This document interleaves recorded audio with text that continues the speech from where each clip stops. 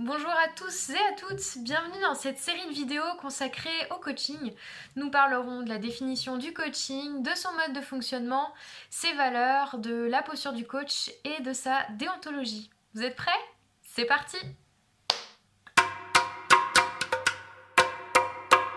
Donc le coaching, c'est un processus d'accompagnement entre le coach et son client au profit de la définition et de l'atteinte d'un objectif fixé entre le coach et le client dans le respect de l'identité et des ressources du client. En gros, le coaching est une discussion, un échange dynamique entre le coach et le client, c'est-à-dire que le coach va être amené à poser des questions et le client à trouver ses propres réponses. C'est pour ça que le coaching n'est en aucun cas apparenté à du conseil, puisque l'enjeu est de faire émerger des solutions qui correspondent au client. Pour qu'il y ait coaching, il faut qu'il y ait une demande, il faut qu'il y ait un besoin. Dans mon cas, j'accompagne des femmes qui rencontrent des difficultés d'ordre professionnel. Elles sont insatisfaites au travail au quotidien, c'est-à-dire qu'elles se considèrent comme pas épanouies.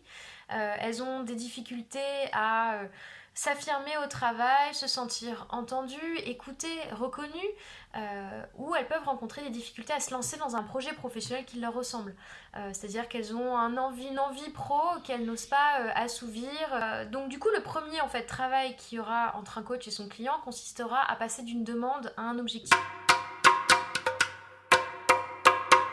Cet objectif va permettre de poser un cadre de travail entre le coach et le client et s'assurer que le travail collaboratif s'effectue bien au profit de la demande du client et pas sur un autre sujet.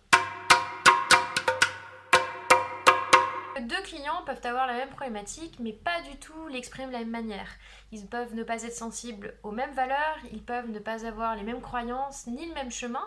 C'est la raison pour laquelle le coach est dans une posture de neutralité et offre un espace qu'on appelle identitaire, c'est-à-dire un espace dans lequel la pleine identité du client peut s'exprimer pour être amené à trouver ses propres solutions et ses propres réponses. C'est pour ça que le processus de coaching se doit de s'adapter à la personne qu'il a en face de lui pour lui permettre de trouver la stratégie et les moyens qui correspondent à ce qu'il est capable de faire à un instant T.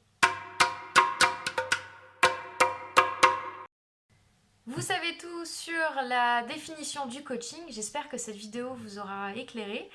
Je vous donne rendez-vous dans les prochaines pour aller plus loin dans la compréhension du coaching et notamment son mode de fonctionnement. À bientôt!